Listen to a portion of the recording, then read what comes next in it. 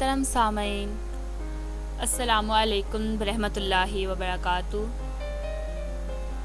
میں امید کرتی ہوں کہ آپ سب خیریت سے ہوں گے۔ آج جو واقعہ میں آپ کی نظر پیش کرنے لگی ہوں بہت خوبصورت واقعہ ہے، یا یوں کہوں کہ ایمان افروز واقعہ ہے۔ اگر آپ سچے عاشق رسول ہیں تو ویڈیو کو اینڈ تک سنیے گا، آپ کا ایمان تازہ ہو جائے گا۔ اس سے پہلے کہ میں اپنی ویڈیو کی جانب بڑھوں، آپ سب سے گزارش ہے کہ چینل کو سبسکرائب کر دیں تاکہ آپ کو اسلامی ویڈیوز کا نوٹیفیکیشن ملتا رہے۔ تو آج کی اس ویڈیو کا موضوع سلطان نور الدین زنگی کا ایمان افروز واقعہ ہے۔ سلطان نور الدین ایک عابد شب بیدار تھا۔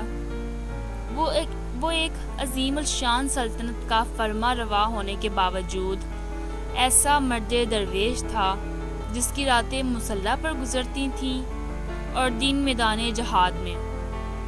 وہ عظمت و کردار کا ایسا عظیم پیکر تھا جس نے اپنی نوک شمشیر سے تاریخ اسلام کا ایک روشن باب لکھا۔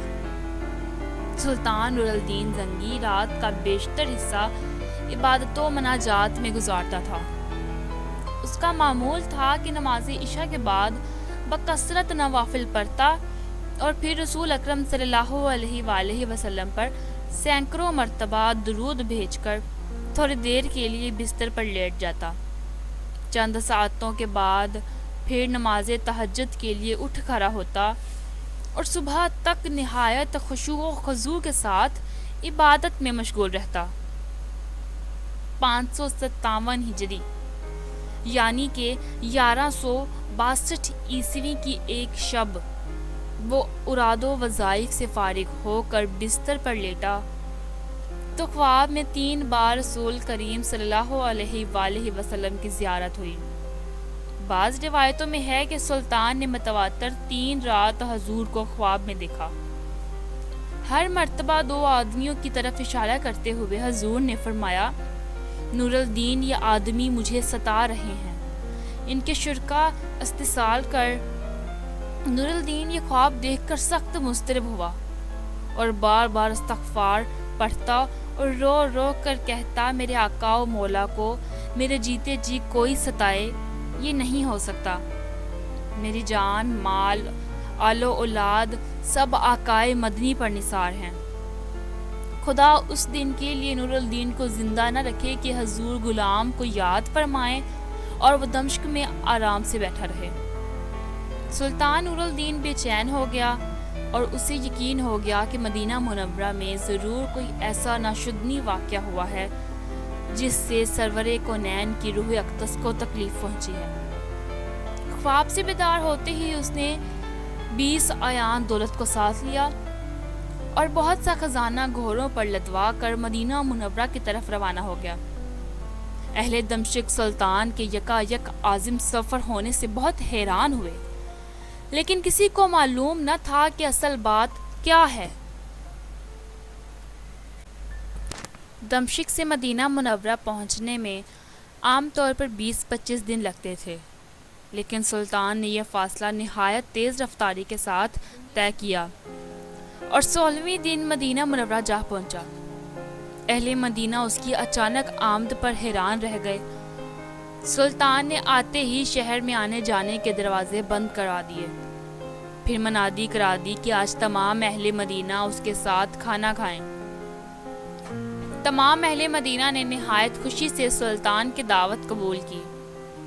اس طرح مدینہ منورہ کے تمام لوگ سلطان کی نظر سے گزر گئے، لیکن ان میں وہ آدمی نہیں تھے جن کی شکلیں اسے خواب میں دکھائی گئی تھیں۔ سلطان نے اکابر شہر سے پوچھا کہ کوئی ایسا شخص تو باقی نہیں رہا جو کسی وجہ سے دعوت میں شریک نہ ہو سکا ہو۔ انہوں نے عرض کی کہ اے اہل مدینہ میں سے تو کوئی شخص ایسا نہیں رہا جو دعوت میں شریک نہ ہوا ہو، البتہ 2 خدا رسید مغربی جو مدت سے یہاں مقیم ہیں نہیں آئے۔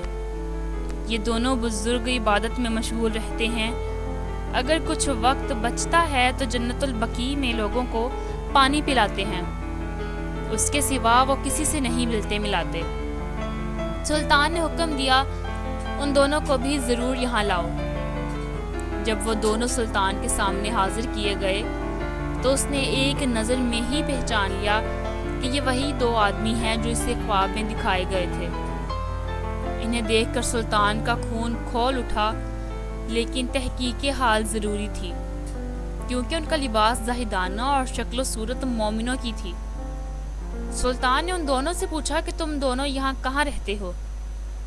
انہوں نے بتایا کہ روضہ اقدس کے قریب ایک مکان کرائے پر لے رکھا ہے اور اسی میں ہر وقت ذکر الہی میں مشغول رہتے ہیں۔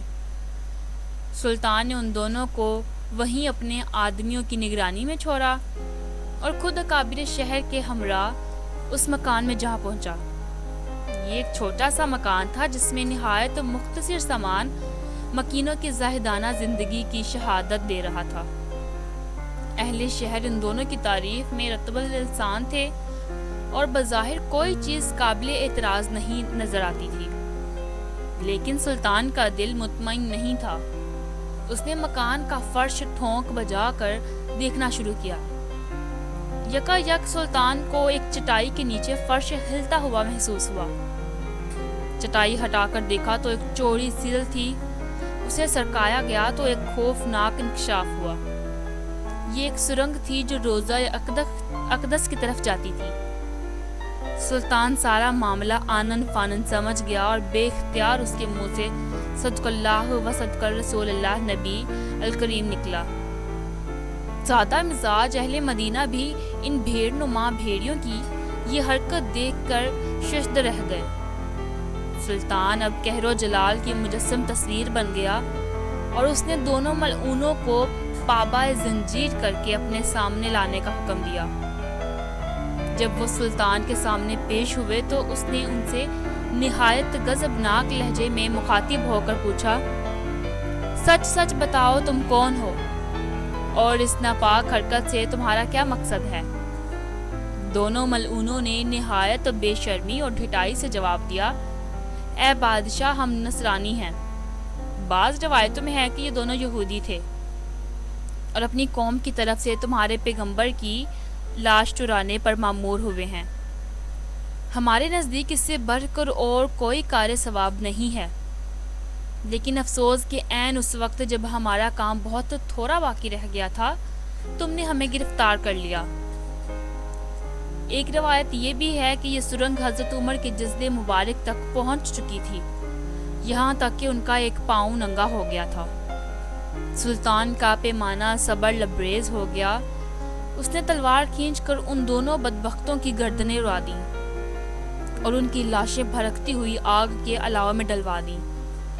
یہ کام انجام دے کر سلطان پہ رکت طاری ہو گئی اور شدت گریاں سے اس کی گگی بند ہو گئی۔